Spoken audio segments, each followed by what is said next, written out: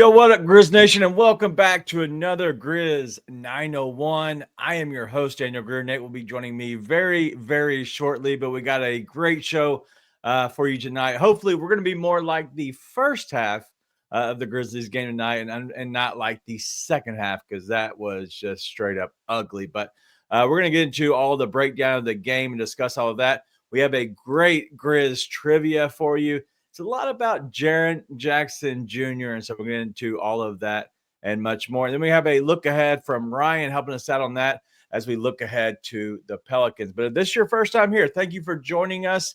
We're here each and every weekday after the Grizzlies end. So as soon as the final buzzer sounds, we hit the live button and come straight to you. If you're watching on YouTube, thank you. Go ahead and drop the chat, hit the like if you don't mind. But if you're watching over on Twitter, come over here to Bluff City Media and join us over there. We'd love to have you here because there's a lot more of you over on YouTube chatting and commenting. But that's all I got. Let's go ahead and get to the show.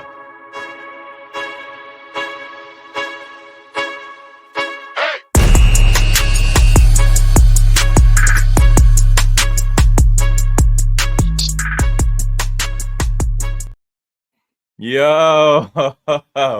All right, that was a little bit of a snoozer there in a second. So, what up, man? Just glad to be here.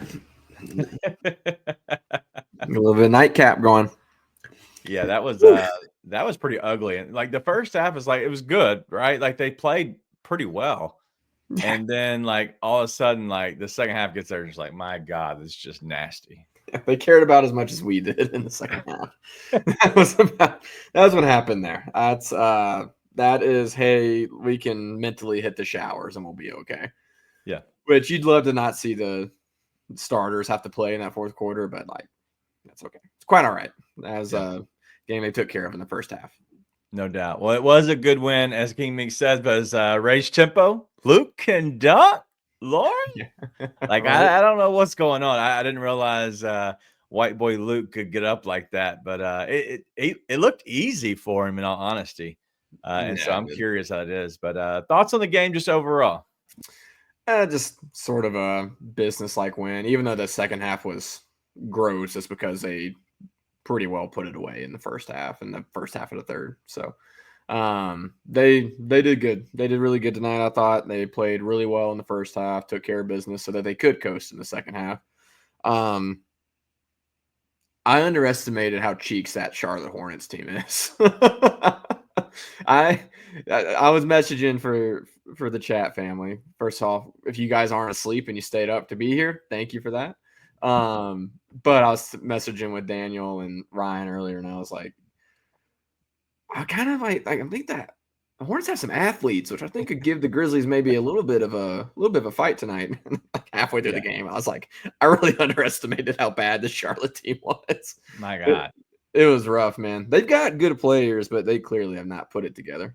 No, they definitely have not put it together. Yeah, but like LaMelo Ball looked good, right? But Jalen Wells just took him out. Like that consistently keeps happening. Is the fact that Jalen Wells just takes dudes out of rhythm, and at that point, like you kind of gotta love the fact that he's taking these guys out of rhythm and getting their head and making them look as bad as they're looking. Oh yeah, I mean for the majority of the game, he was outscoring LaMelo Ball. Right. I mean he did a great job on him. I thought he had a lot of ticky-tack calls, fouls called on him as well. So another really good defensive night. You know, he's offensively, he's not as consistent as you probably want him to be, like we were saying, for the bigger games down the stretch at the end of the year. But if you show up and play consistent defense the way he has, man, you've got a spot in the NBA as long as you can hit some shots, right? He clearly can. So it continues to look awesome. Yeah. Well, you know, overall they look good. Just let's hit on the Hornets real quick. You know, Miles Bridges, dude, 2 of 8 from deep. Just I know we've talked about him in the past. His off-court issues. Let's separate the two. We're going to talk about just a basketball player because I'm not going to get into the off-court issues. Okay, as a basketball player, he's allowed to play. Let's just talk about that. He looked just disinterested and overall, like he does not look like a guy that wanted to be there. And I guess if you get thumped in the head by 30 in the first, you kind of go a little away from there. And so I get it. But Mark Williams, man, 33 minutes, close to 33 minutes, 14 of 18 overall.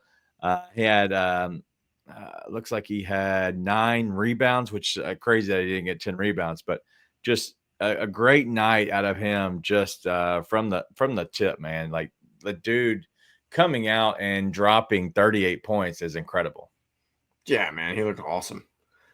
Look awesome. It's like Wayno saying in the chat, it's easy to let Nick Richards go. We did it at the same time. High five, buddy.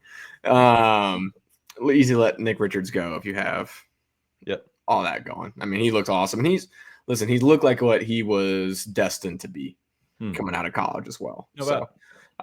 Looked fantastic. Great to see him do that, because obviously he's had a bit of a rough start to his career. So happy for him to see him playing as well as he have, kind of pretty consistently. Yeah. Would love if he was Memphis Grizzlies center. I got a question. Do you think that a guy like Mark Williams would start ahead of Zach Edey? I got a question. I do. Do you think that there's any chance that the Charlotte Hornets would part ways with a guy like Mark Williams for 2 first and Conchar? No. Like the 2 first mean nothing. 2 Grizzlies first don't mean nearly as much to you as Mark Williams does. Yeah. No. The answer is no. Okay. You have to start somewhere with young talent to build around, and right now it looks like Ball, Williams, Miller are your 3. Like Bridges, obviously, like you're saying, like rough night tonight, but unbelievably talented player, and so it's just it's so hard to keep that just a basketball conversation, but you just never know what's going to happen there. But the 3 they have are Miller, Williams, Ball. Like that is who they have to work around. So that you get your picks to build around those guys. Oh man. Wayno's like, hey, are you fishing to see if you can get somebody to bite on that little Edey slander a little bit? No, I'm not. I'm asking the question, if you would, because all in all, patience is a virtue, and I get it. And I'm looking for exactly who said it, but somebody said it.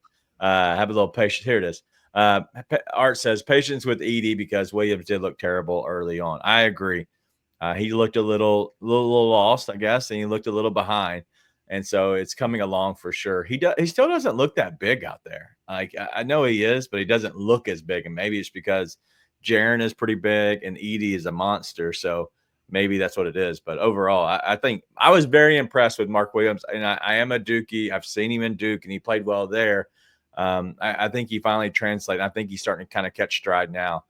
There, but overall, that's enough. There's nobody else I want to talk about, unless you want to talk about Taj Gibson. No, but I don't like. It's pretty funny coming in here because we are not Edey haters.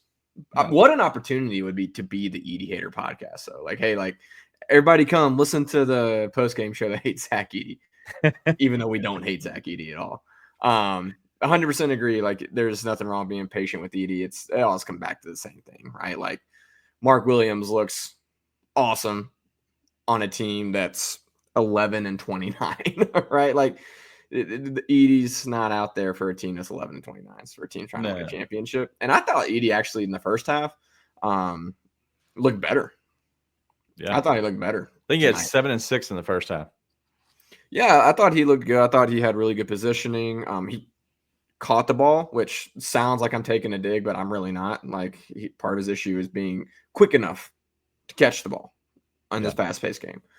Thought he did a better job. And then in the second half, it just, it kind of caught up to him, right? They kind of figured out how to attack him. Mark Williams figured out how to attack everybody, not just him, but figured out how to pick on him a little bit. So the development's there. He's developed really, really fast, but it's the same thing, man.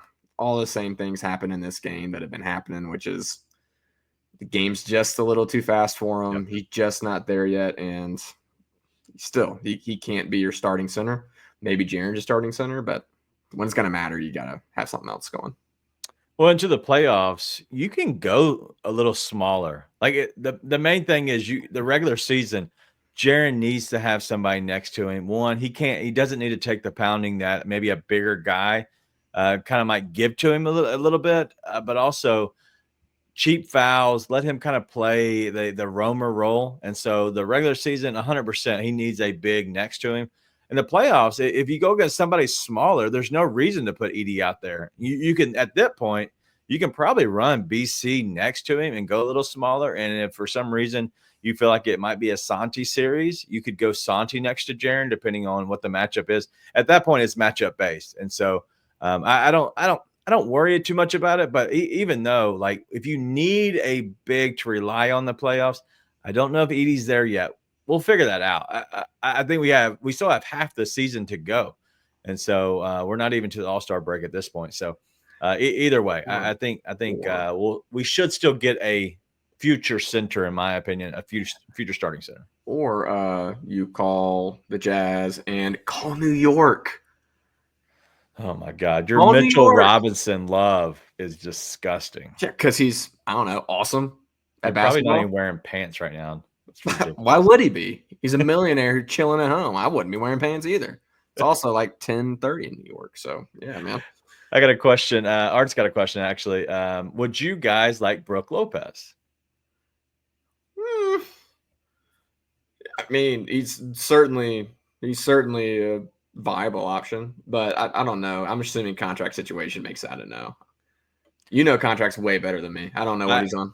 I have not looked at his contract, but I think he's fine unless he's $5 million. I don't want him personally. Right. Like, I don't think he brings enough to the actual, team just overall to move one way or the other. Yeah. Astronoma says 23 million. No, there's no way. No God. Yeah. No way. And all that to say, there's way better options out there. Yeah. Way better options out there. Like I'd rather kind of go, you don't have to go like, when I say big game hunting, not big fish hunting, because you don't hunt fish. Stupid Nate.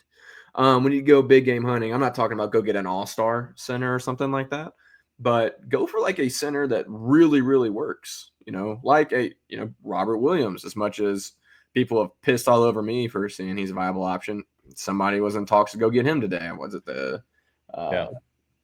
who was it? I don't know. It's a good team. But Robert Williams, Mitchell Robinson, go ahead and like John Collins is not a center, but he makes it really, really viable for Jaren to play at the 5 for you. Like the same way Brandon does, but he's able to space the floor as well. Right. So John Collins is an option. Like go get something that really, really fits. Right. So I think there's a lot of options out there, but and to be really clear, I see a lot of people really giving up on Edie.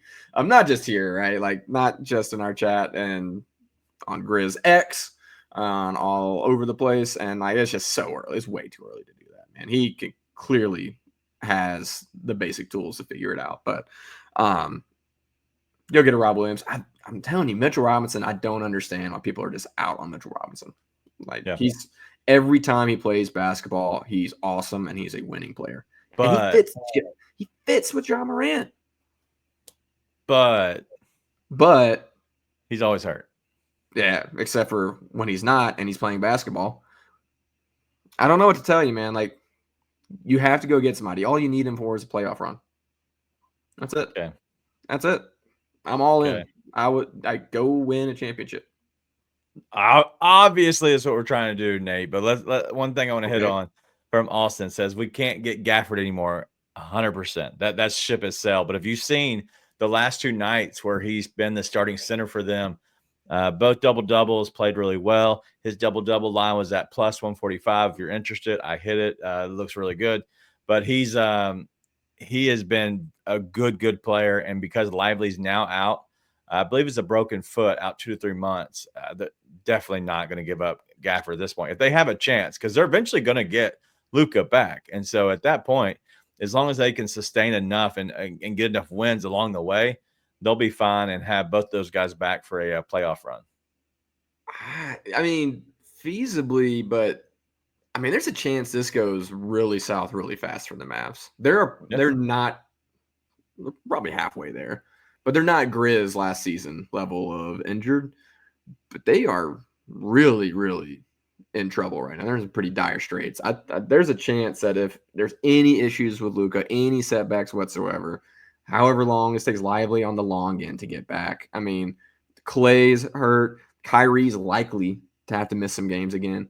This could go south fast, and they might end up being sellers. So, And I hope so. And I would be thrilled if I that guess there's happens. not much But time for them to be sellers. there's literally 2 weeks, so you're going to play it. Could go really bad. But 8 games at max, like that they would play from now until then, like at max. Yeah, Like 8, you're it's going to win unlikely. probably 2. It's unlikely, but if you get any worse news on injuries, who knows what direction you decide to go, you know? Probably not. It's unlikely, but trust me, it could happen. Yeah. Cameron Season here, at Hornets fan coming in, very, very friendly. So we appreciate it. Congrats to Memphis, good game. More than the Hornets. But honestly, like the Grizzlies have a really good team, especially at home. And they showed it in the first half, played with their food, and honestly, like, dude, Mark Williams played. It was very dominant, in the second half, but also finally LaMelo got going. But the fouls is what really was the biggest thing. And honestly, Charlotte is not good at drawing fouls. Like on the season as a whole, they've not been a team that can draw a lot of fouls. And so that's really Memphis just not being, I don't know, just not good enough and focused enough to kind of not put your hand in the cookie jar so much. And so it kind of lets them back in there. But overall, I like the Hornets team, but my God, they are like 3 or 4 decent players, like 2 or 3 really good players, 3 or 4 decent players, and then like everything else is just meh. And so I hate it for them. But LaMelo is incredible if you don't have a guy like Jalen Wells on you, which he's been like a gnat. So it's been crazy. He's been good. But they can figure it out. They've got the pieces. It's never guaranteed, but Cameron, stay strong. You're in the dark ages, which I know as a Hornets fan, it's been plenty of dark ages, but you've at least got some light at the end of the tunnel. that man ain't seen the light. Yeah, as soon as I said, I was like, there's a lot of dark ages in Hornets history. But hey, light at the end of the tunnel, some good plays. But hey, let's on the Grizzlies. Listen, we've talked about stuff needs to work on. I think our minds after the Rockets game, I know mine specifically, went to like always like, what do we need? What are we missing? Because we're right at that time of year. Let's take a second and talk about the good, because the first half was, as ugly as the second half was, really good basketball. From Memphis. So for sure. Is there anyone in the league that it's easier to tell when they're locked in versus not locked in than John Morant? Yeah, when he has that fire in his eyes, we'll say. But no, when he actually looks like he cares. Like Ja, when he wants to be good, he can be. But what happens so many times to him is he lets his own self get in the way. But also, if he doesn't get to really what he wants, I feel like he doesn't adjust enough. He is an incredible passer.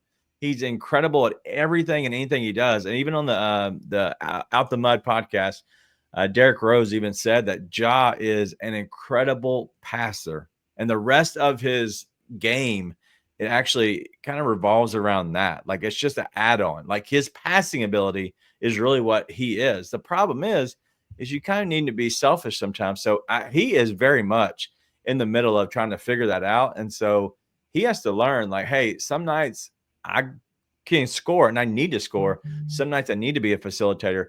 Once he figures that out, and I know he's going to figure it out as he matures, but in all honesty, like he's being coached incredibly. Like, my God, like he has the best coach in the league. And so he's going to get his head on straight for sure. Anyways, Ja had 16 and 13 tonight.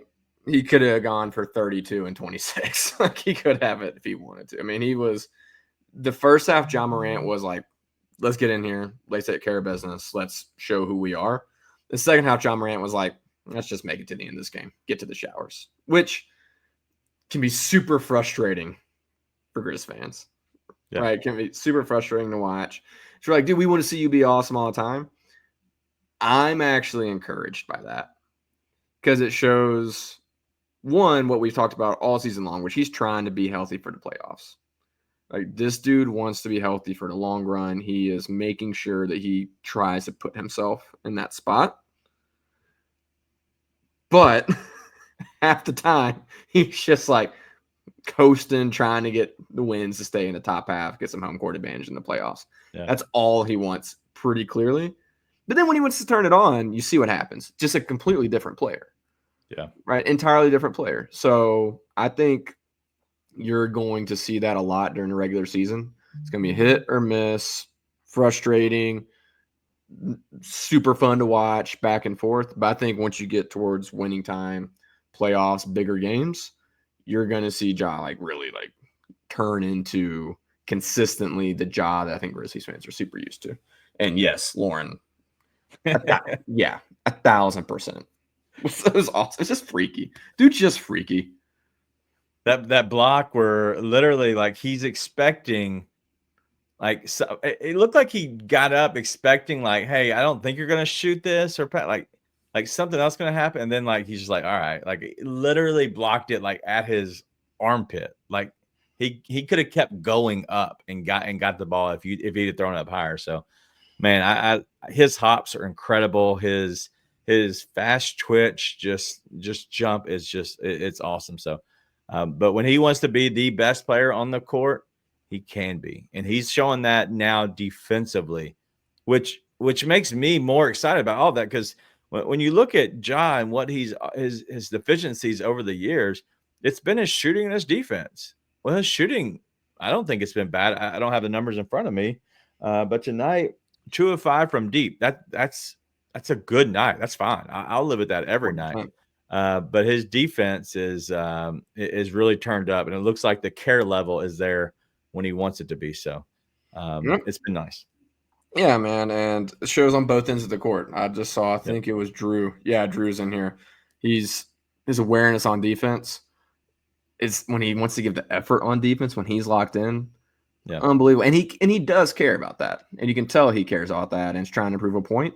But that's one thing that I think makes it really hard for, I know we've seen a lot of people in here talking about the Edie-Ja connection.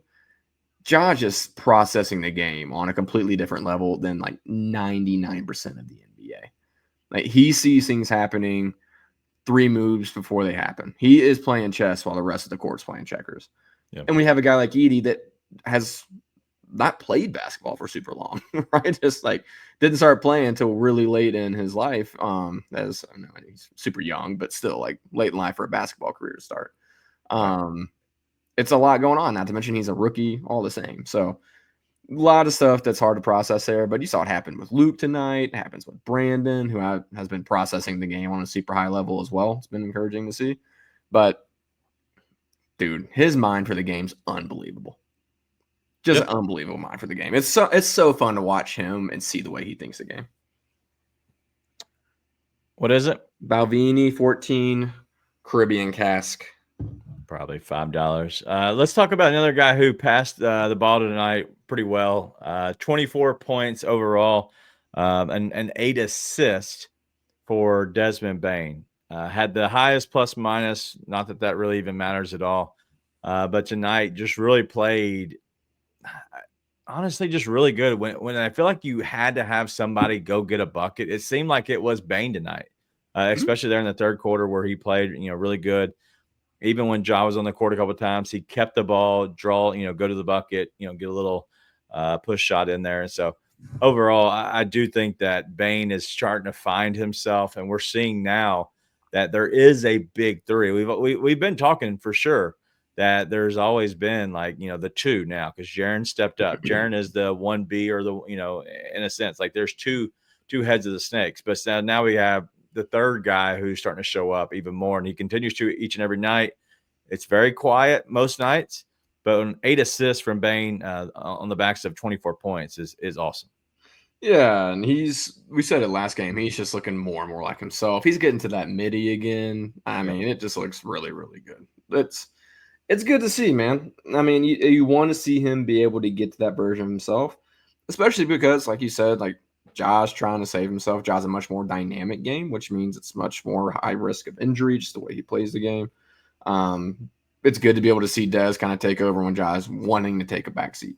Yeah. Right. And listen, if you have those three cooking, which tonight they were, right? Like Ja only took 9 shots. If he takes his normal 15 to 17, like who knows how many points he's getting. But right. It's fun to be able to see. I think we both would agree, like this team needs pieces. This team is not quite where they need to be able to compete probably at the highest level that they need to. You have these 3 guys just show up night in, night out and dominate. And you're like, this is what you need to see. We haven't even talked about Jaren, who got to whatever he wanted to, whenever he wanted to tonight, despite the fact they were trying to double him. Didn't do a very good job of it, but they were trying. You got really good pieces, and you're just a piece here, a piece there away from being there. So it's fun. It's a fun time. All right, we'll talk about Jaren in 1 second. I do have a question, though. Let's talk politics real quick. I'm kidding. Do you think the offenses look more democratic and less communist tonight? No more communist offense. I love that they call it the communist offense. It's hilarious. Yeah, I thought so while the starters were in. I think when the bench was in, it kind of got back to that a lot more. But you didn't see as much of all those guys off the court at the same time either tonight, which is something I noticed. It's against the Hornets, so I was kind of like, okay, why now? Why against this team are we playing these guys so much? But I thought Taylor did tighten up the rotations a little bit tonight. He ended up playing 12, but Huff played 7 minutes, 13 points in 7 minutes, by the way. So shout out J Huff. Yeah. But they seem to have one of Dez or Ja or Jaren on the court at almost all times tonight for the most part. That's every night, though. No. It is. No. It is. No, Daniel. We all see those moments in the game when he tries to sneak in those lineups. There's always one of the big 3 on the court at all times. That's just not true, Daniel. So then go back and find it when it's not. Okay, I promise you. I could go back to the last game. I need somebody else that has the care to do that for me. But I'm just telling you, they keep them on the court they keep one of them on the court at all times. Except for when they don't. Except for when they have. What was the lineup against Houston? It was like Pippen, Kennard, Laravia, Huff, and Brandon or something. Or Santi. That happened. I don't remember when it was, but anyways, not the point. That's not what we're trying to get to tonight. The whole point is when the starters are out there, it was a lot more pick and roll. We're putting the ball in our best players' hands and letting them go do something. 100%. So I think tonight was we're killing them. Do what you want. I honestly, I just don't I think that you can say, hey, yes, it was more of a democratic offense where everybody kind of ran to their thing and everybody was able to play. But in all honesty, like literally, I just think that they were just kicking them in the teeth so bad. Then what were you gonna do? You couldn't do anything wrong in that first half. In the second half, I think they had to go back to what they were normally doing and how they played, just because they had to get back to the rhythm because they were out of rhythm so bad. But you're seeing so much of the one-on-one, kind of type offense still. And so I don't think much changed except for the fact that they were just running and gunning so much against a team that allows you to run. And so I think that was in transition a little bit more of the fast pace, which you don't end up setting up in. It's more the quick plays, a 1-2, step in a sense. So yeah, I don't think much has changed. I just think they were going up and down so quick. But a lot of people were asking into the third, Pip, Kennard, GG, Huff, Aldama. Was that this game? Yes. It happened tonight, Rick. That was tonight, Rick. I'll go back and look at it. I don't believe you. Either way, doesn't matter. When the best coach in the league decides to do it, you just kind of understand that it's probably the right thing to do. But Santi tonight left the game with an illness. I'm not exactly sure what the illness was. But yeah, I think that he's maybe he's fighting something. Drew said it could be the trade flu, but he's definitely fighting some kind of illness, something. But who knows? Whatever. I don't care about what's happening behind the scenes. I don't care if somebody has the sniffles. I don't care if he has bubble guts. My thing is He left the game with an illness, whatever. And maybe honestly, that's why he's been playing bad. So I don't want to go into that too much, but we are very close to the trade deadline. We're getting closer. We're closer to the also the All-Star game, which is something that's coming up very shortly. And so let's reroute real quick. Let me give you a little bit of a breakdown of what we have coming up, because me and Nate actually talked about it today. So the 24th, which is the next game, we're actually going to select who we think, because that should be the All-Star reserves, because the All-Star starters will be announced tomorrow. I believe it's on TNT. Everybody understands and knows who the starters are because they're already being voted on by the fans. They'll be announced tomorrow. Then in the second half of the show, we're going to do our who we think should actually make the All-Star game. So you can come and hang out with us Friday night and do the same thing with us. So we'll break down the game against the Pelicans, talk through it all, and then we'll get through and we'll kind of just discuss who we think the reserves will be for the East and the West. Art wants to know if there's trivia tonight. Yes, it's actually, I think, my best trivia I've ever done. You'll be impressed, Nate. I can see it in your eyes. And then the Monday, the 27th, we're going to kind of revise our list, see if there's any changes that we made. The 30th, we're going to break down selections, because there will be the selections of the reserves that night on the 30th. And so we'll break down the selections and kind of see if we have any snubs that we've seen. Santi will probably get voted into the All-Star game. And then the 3rd of February, me, Nate, and Ryan, the second half of the show, we're going to all, from the 24 guys that were selected, we're going to go and just select our teams and see if we can do better than Kenny, Chuck, and Shaq, who's actually picking the teams live on TNT. So we're going to do something very similar. And so that's kind of what we have coming up. And so just wanted to kind of give a heads up on what we have on the schedule. So it will be very much revolving around after we break down the games, as we normally do. We'll probably have a Grizz Trivia or something in that middle segment. A little bit of a quick look ahead, but we're going to discuss a little bit of the reserves, starters, and all that kind of good stuff. So just give everybody a heads up. Next 2 weeks, we'll be kind of intermingling that within the show. But Nate, do you have anything else about this game before we get on to Grizz Trivia and then the look ahead? Took care of business. I like it. All right, let's move it on. We'll go to Grizz Trivia.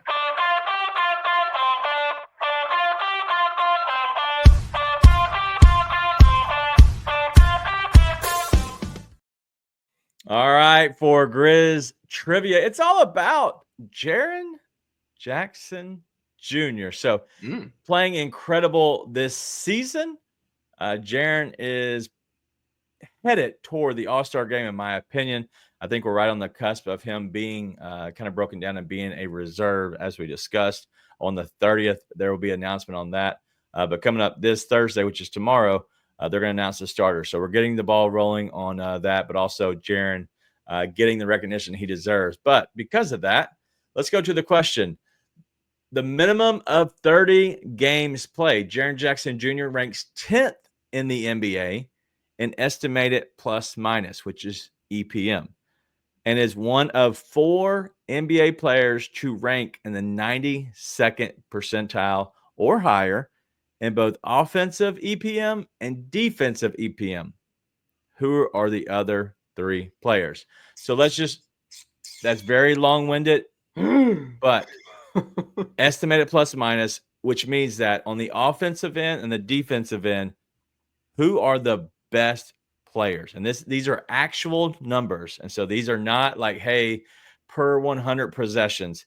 These are actual numbers. So anybody who's been playing the game knows that these guys on the offensive, what you're rating, your plus minus rating on the offensive end, what your plus minus rating on the defensive end. And so, which means it's the best players in the game. So very confusing, very long-winded, but you know what? We only got 3 to figure out. So Nate, we already got these coming in. It is for this season right now. Okay. Your thoughts, Nate? You have anybody off the top? First thoughts, Wemby. Okay. I wish I had like a ding. Ding, ding, ding, ding. Yeah, that's a ding. I can do my 3 blind mice thing again. Drew said, I didn't know this was a math show. Yes, I know. I went to the depths to get this one. I'm just proud of you for spelling all the words correctly, to be honest. I tried. So I got Wemby as 1. Has AD played enough games? I don't know that for sure. I'm guessing he's not one of the 4 because he's not one of the 4. No. Okay. But I want to go back and look and see the actual numbers on it. Okay. Is he on the list at all and just not top 4? Anthony Davis is he's down a scroll or 2. Oh, that's surprising. I'm sorry. 15th. 15th? Yep. That's pretty surprising. Giannis? Giannis is not. So sad for me. Oh, Mobley. Nope, Evan Mobley is not. That's surprising. I thought for sure it'd be a Cavs guy. That's super surprising. So 92nd percent. Let me see if I can find Mobley on here. Mobley, so he doesn't rank in the offensive. He's 90th percentile in the offensive. Got it. I guess that kind of makes sense. And hey, in AD, he's 91st percentile. So if that makes sense at all, like these guys, like Jaren is doing things that other guys are not doing. It's incredible. It's because he's freaky. Porzingis? Nope. I feel like he hadn't played enough games either. I don't think so. Plus, I mean, if I just put American currency on Porzingis, then the Celtics will never win another championship. He decides to get hurt every time I bet on him. Hartenstein? No. Okay. That was sort of a long shot, but I know that when I put American currency on him, things go well. So, are these guards? Yes. Oh, okay. I would not have thought guards. Let me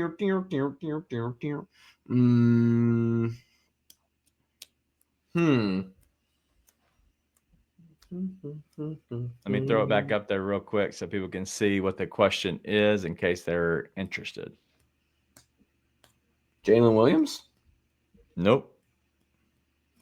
Trying to think of the best teams. You're on the right path, though, for sure. SGA? SGA. Shea Gilgeous-Alexander is the top ranked. Really? Yep. That's pretty surprising. Yep. So you're missing one, that incredible player. I just don't think you're getting it. A lot of people are asking about. Let's go through some of these because nobody has. I don't think anybody's got it yet. So, okay. Edwards is not on there. Peyton Pritchard is not on there. Cade is not on there. Giannis not on there. TJ McConnell, LeBron, no. Jokic, McConnell. TJ McConnell's funny. Jokic is 79th percentile and plus minus on the defensive end. So yeah, the defense would screw him. Dort is not. Zubac is not. Ooh. King Meeks got it right. Tiffany Taylor did not. Jaylen Brown. Drew Holiday. So yeah, we've had one person get it right. LeBron. Not Donovan Mitchell, and it's not LeBron. Okay. Look at you, King Meeks. Durant. Naz Reid. Nope. Huh? Durant. Nope. This guy is not a guard. This guy is not a guard. Not a guard. So you've forgotten how many of them? We've gotten 3, 2. Need one more. Yep. One more. Not a guard. Not a guard. So you've got an SGA who's a guard, ranks the highest overall. He's 99th percentile in offensive, and then 97th percentile in defensive. Jaren. And this guy ranks that you're talking about ranks one above Jaren. I'm not Googling it. I'm just looking at teams. Sure, you're not. Just looking at teams. He's in the West. Oh, okay. Lauren's asking West or East. That was going to be wrong.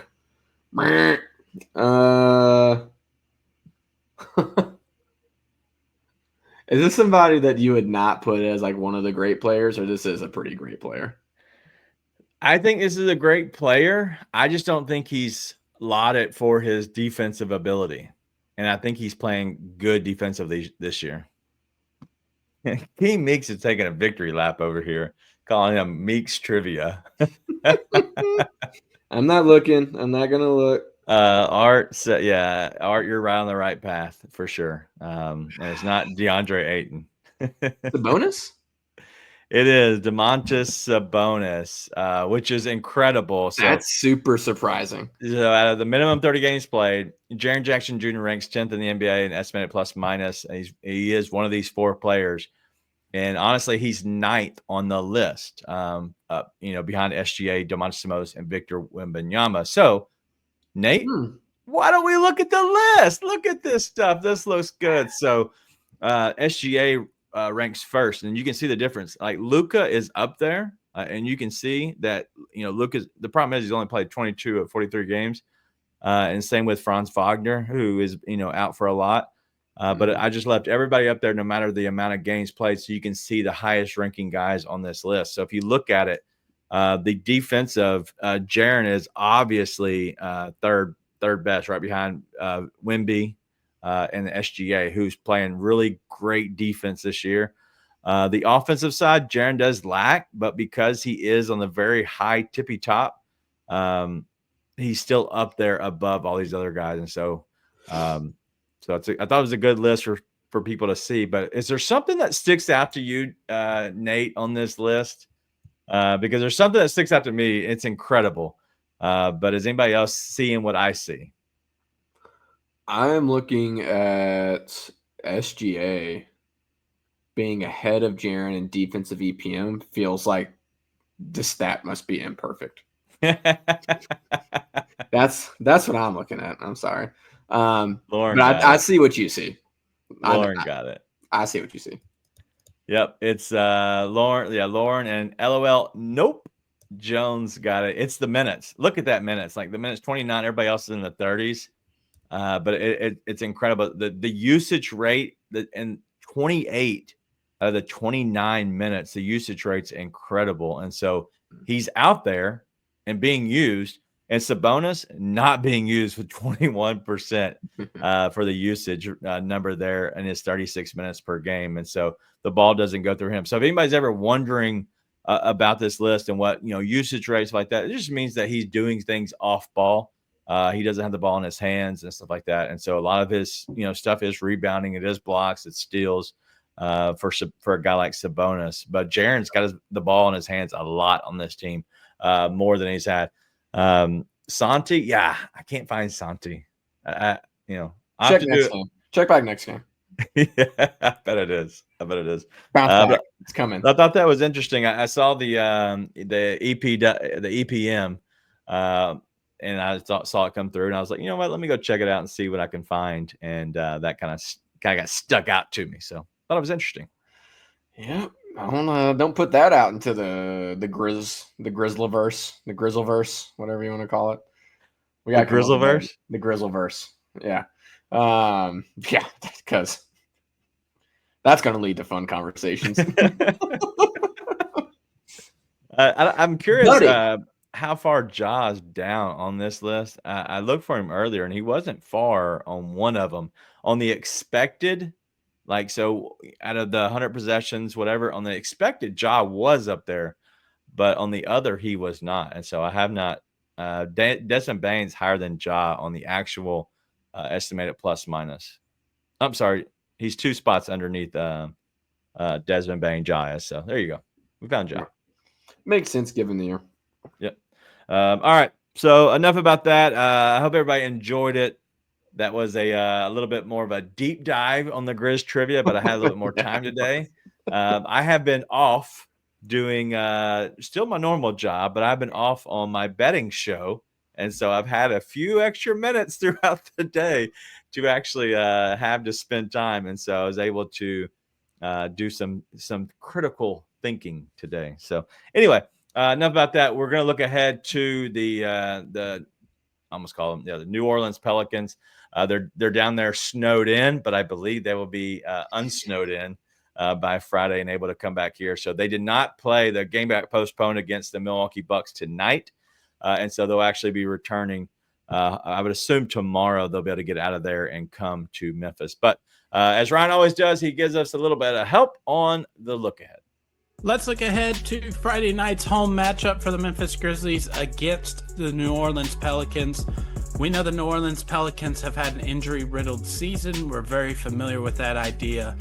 Now they have started to get some guys back health-wise, and they are 7-3 in their last 10 games. They have won 4 games in a row. So we don't know who is going to be playing this game. It has been up and down for the Pelicans. Their injury report has anywhere from 5 to 6 names on it every other day. We know for sure that Brandon Ingram is not going to be playing. We don't know about Zion. We don't know about CJ McCollum. DeJounte Murray is a wild card. Trey Murphy has missed a couple games recently. So speaking of Trey Murphy, he's kind of the guy that I want to talk about a little bit to kind of give props to. He has really stepped up for the Pelicans this year, averaging about 21 points per game, about 7 or 8 points higher than his career average. The last 5 games for Trey Murphy is averaging 25.8 points per game. So he has really kind of been their most durable of Pelicans players, and he's only played about 30 games, I believe, for them this year. But he has kind of been the lone bright developmental spot for them. We have played the Pelicans twice already this year and won both matchups. If you remember both of those games, Grizzlies used really strong first half performances to build a double-digit lead, and they just kind of held on to that lead going through to the second half. So let's see, depending on who's playing for this Pelicans team, which we won't know until Friday most likely, see if the Grizzlies start out strong against the Pelicans to build a little bit of a lead cushion and then just hold on the second half for a cruising Friday night victory. I don't know if you heard that, Nate. Nate got kicked out of our platform while that was going on. But Nate, did you hear Ryan, the very last thing that he said? No, I heard him saying all those Zaire Williams Trey Murphy stats. No, he's talking about it should be a cruising win on Friday night or whatever he said. You know, he's always throwing in that last thing about we're going to blow somebody out, and it never happens. Ryan must be more optimistic than we are because he's always talking about how the Grizzlies had the chance to just blow somebody's doors off. So we might have just kind of an easy night on Friday night. In his defense, the past 3 times he said that, they kind of have blown people out. So he hasn't been wrong lately. Yeah. So I guess, hey, take the spread when Ryan says that. Yep. So they do have some guys, Zion, DeJounte Murray, Yves Missy, Brandon Ingram, and Herb Jones. Herb Jones is out, but the rest of the guys are game time decisions. And so it does look like, okay, so they're saying Santi could come back. The only guy that's out, it looks like we have a number on Vince Williams of January the 27th. I don't know if that's news to anybody else, but there looks to be an estimated return date is January the 27th on Vince Williams right now. That's news to me. Yep. That's good news to me. Yep. And Cam Spencer's February the 8th. I don't know if that actually is anything important, but that's what they're actually online right now. It's showing the estimated return date from injury. So that would be awesome. That'd be cool with me. As a reminder, these guys have missed a lot of basketball. We're seeing it with Gigi right now. It's hard to just come back and get right back to it. So, yep. Easy on the expectations. Let's just enjoy it, having these guys back. Yep. And so I'm looking just overall at that game. Dude, they're so bad. They're 12-32. They've not been good. They are playing a little bit better, but in all honesty, they're going to have a little bit more days off, which will be good. I would assume that gets a Zion. Why would he not play? But if King Meeks takes him to Church's Chicken before the game, he might not play. So I don't know. Or never mind. Or to the Purple Church. Never mind. Never mind. But anyway, I'm curious how that game goes. I think that the Grizzlies are definitely heading the right direction. I think they're winning games. I don't want to say easily, but they're looking better playing and they're being more consistent, which allows them to win a little bit better and easier and more consistently. And I think we're finally seeing this team catch their stride because now 29-15, almost 15 games over 500. If they win this Friday night, they'll be already at 15 games above 500. I always say the perfect number is 12. You at least want to win 12 more than you lose. So they're already on pace to do that, which would make them a top 6 seed personally. And so I think that they're heading the right direction. And I think they take care of business Friday night. Agreed. I hope that I don't yawn as much Friday night as I am after the game tonight. Listen, Grizz had a beautiful first half tonight, turned to a snooze fest. If that game is thrilling on Friday night, something probably went wrong. So yeah. I'm not super looking forward to it, but looking forward to it from any exciting standpoint. It's always fun to tune in and watch the Grizzlies play basketball, especially with the exciting team we have now, right? But I'm not exactly hoping for the extraordinary. When is the trade deadline? Is it February the 6th? I believe so. Okay. So we're not far away. We're less than 2 weeks, right? Or we're 2 weeks away. We're 14 days. Yeah, I think it's almost right on the dot, isn't it? Yeah, we're roughly 2 weeks away. So it's Thursday of in 2 weeks. February the 8th. That's not true. Drew, you're an idiot. February 6th. Nobody listen to Drew. Don't do it. February 8th is not right. That's not right. I don't know. The fact that someone disagrees with you, my instinct is to go with whoever disagrees. February the 6th, 2025, 2 o'clock Central, 3 o'clock Eastern, you bunch of jabronis. All right, so February the 6th, somebody work on their Google fingers. They're not very good, but so nobody listened to Drew. But I will say that we're coming up. You're wrong. We're coming up closer. There's going to be movement on. I think once we see movement on Jimmy Butler, which is now a 4-team trade that everybody's talking about because they're having to make moves. So what everybody's assuming, we're going to have Jimmy Butler go to the Suns, Bradley Beal go to Milwaukee, and then at that point you're going to see a lot of stuff moved around within picks, but also a lot of contracts they want to get off of that might be expiring or whatever. So I think we're going to see that. But also, if you're interested, Khalil Ware is going to get a lot of run coming up soon. So if anybody's interested in watching him, betting him, whatever you might be, I think he really could take off with the Rookie of the Year if he shows out crazy good the rest of the way. I don't know if you can take it away from the guys that have been producing all season, but I do think that he is playing really well right now, and that'd be a guy to watch. That'd be a super cool way to make me sad.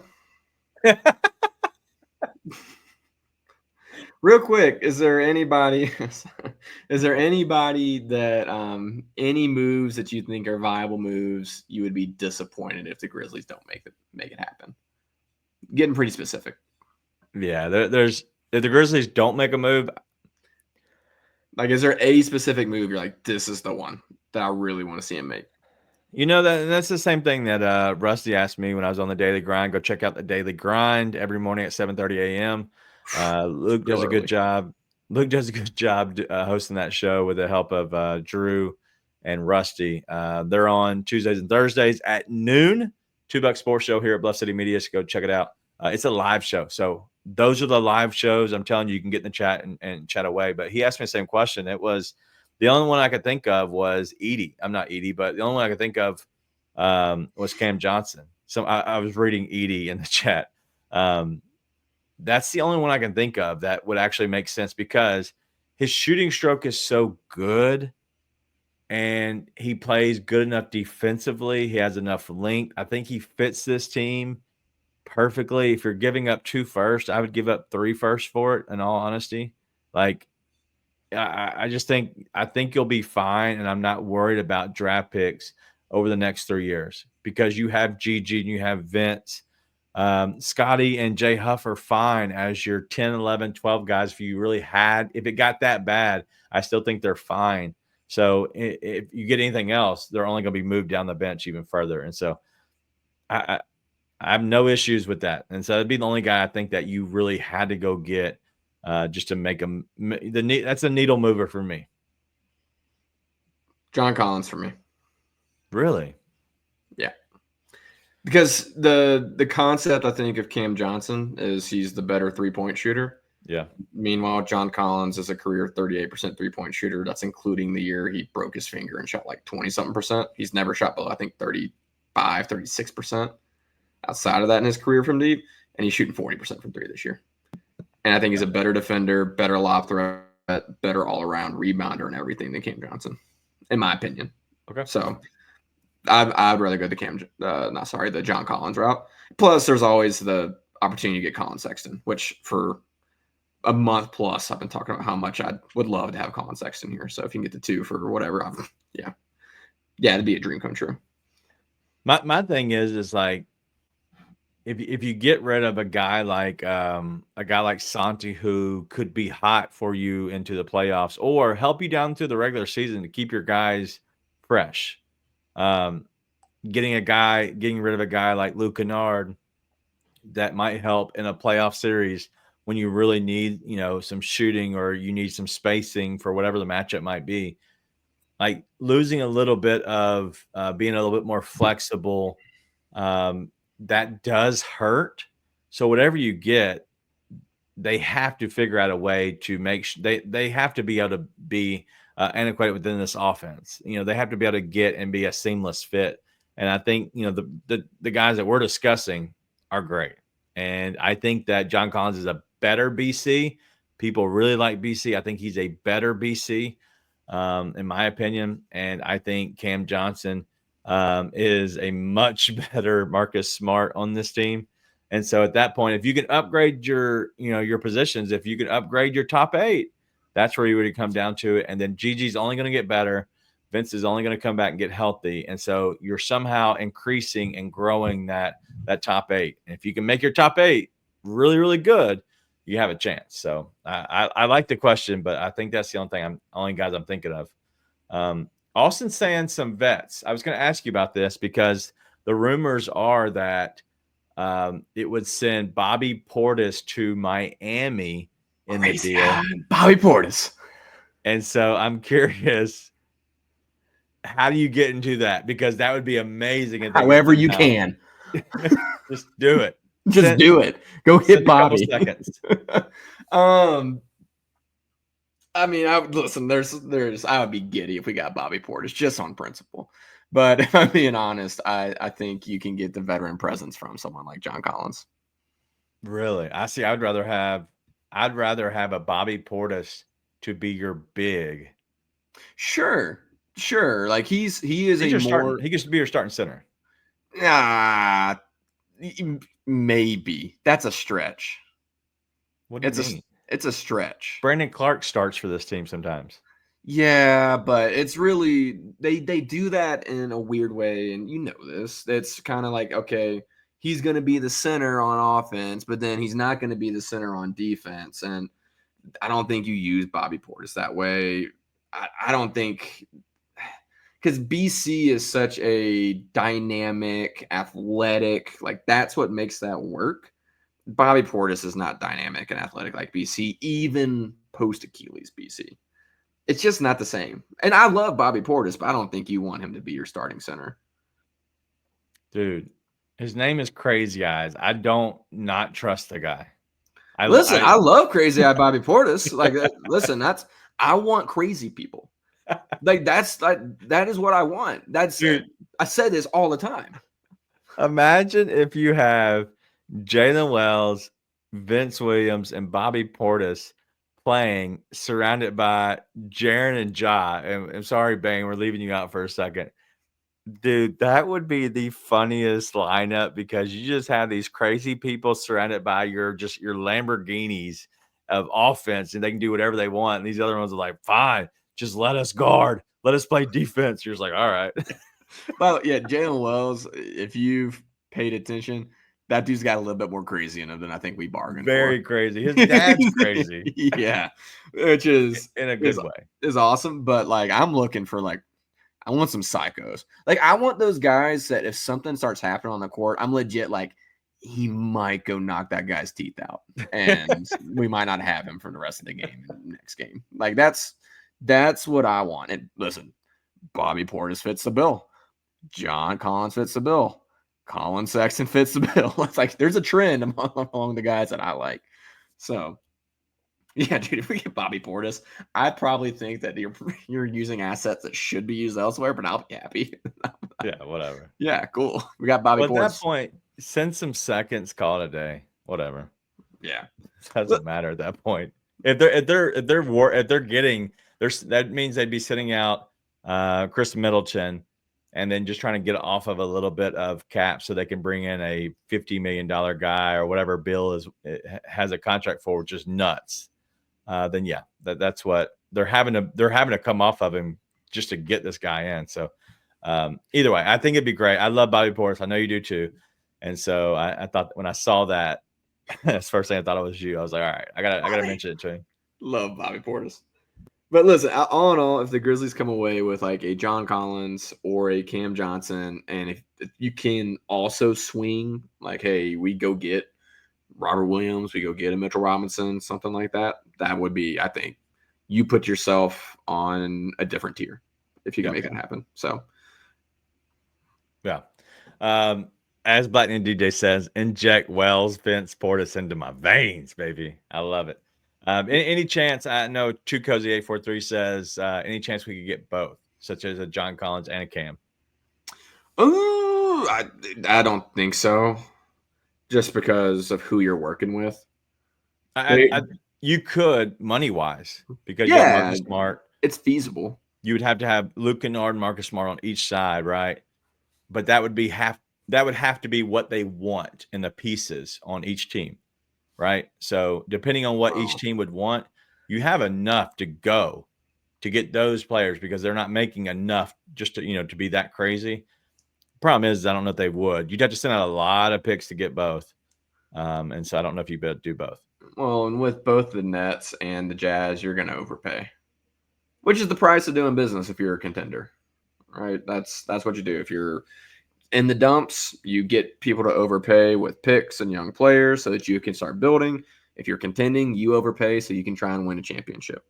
Yeah, like that's the price of the rice. So probably not because you can't get swindled by both. No, and Alan's saying, and I actually disagree with this. These marginal moves aren't winning a championship, but I actually disagree because I don't see this team as currently as they are on this roster. I don't see it being a championship level team. I think they are missing pieces. I don't think it's big pieces either. I really do think I think it's marginal around the edges to really make your team flow a little bit better, such as Edey kind of sticks out like a sore thumb. I think Edey will be great in the playoffs in certain matchups, but not for every matchup. You need guys that actually benefit and make Jaren, Ja, and Bane better players. And so I think going to get somebody that can be the bruiser that you need, that makes smart decisions, maybe somebody that can stretch a little bit, like you're talking about with John Collins. I think players like that are actually what you need because you're not going to get anybody better than your big three. You're not getting anybody better than Bane, Jaren, or John. That's just not happening. And so at that point, if those three aren't good enough, no matter what you do, you're not going to get anybody better than those three. So I don't know if any of those. I don't think any move. If you don't believe in those three, then I don't think you believe that they're going to win a championship with any moves they make. I would say you're only pieces away. You don't need a Jimmy Butler. Jimmy Butler's awesome for sure, but like you don't need a Jimmy Butler. You need the pieces around it, right? Yeah. Like I was thinking about this yesterday. You look at like Boston. You have like sort of a quote unquote big three in Boston. Everyone talks about Porzingis being the big move, but really it's Tatum and Brown. Porzingis is a like elite star level type role player for them, but he plays a role for them. Mm-hmm. If you watch them, like it is Tatum, Brown, everyone else. Yep. I introduced you, Ja, Jaren. I'd say Dez is even like at least on the same plane as Porzingis when it comes to that, what he's trying to do, right? Is a super role player. Yeah, exactly. Like a star that is fitting into a specific role the team super needs, right? Yeah. You have that with Memphis, and they won a championship with that by building with role players. Like Derek White, when they brought him to Boston, was not some like big check. Like hey, everybody loves Derek White. What a move! Like it's like, okay, they got Derek White from San Antonio. Cool. Yeah. What's that going to do for him? Well, he shoots like 45% from three, so does a lot for him. They got Drew Holiday, who people thought they just got casted aside by Milwaukee, which was stupid by them, by the way. Look what he does. He plays elite defense and he hits a bunch of big shots for you. He's always been a super solid player, so shame on Milwaukee. Al Horford, like you just have these little pieces, right? And quite frankly, if John Jaren aren't good enough that you can fit that around them, not to mention same time Dez in that vein, you have bigger problems. So I think you were only pieces away.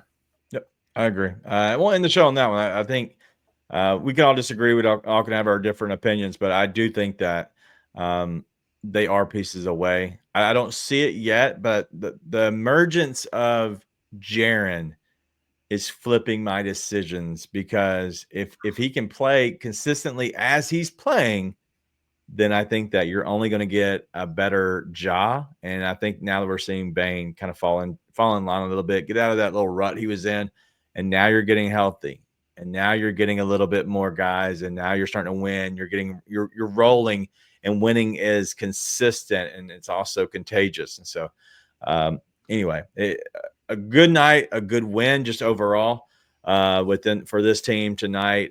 Just winning a game that really they should win tonight, but they took care of business early, kind of lacked a little bit late, but in the end, they kind of just they held on, and the starters played a little bit more than they needed to. But overall, they got the win. So come back next time, Lauren. We were a little too sleepy tonight. Trust me, it'll happen again. We need to get our guy Greer back in here. I missed him. I liked one of his. Is she talking about no arguments between us? Yeah. I thought we argued a lot, actually. Nah, a little bit, but not really. But hey, like we need to get Greer back in here. He's family at this point. I liked his tweet that he tagged me in, and I guess he didn't want to come anymore. I don't know. What a tease. Scaring people away.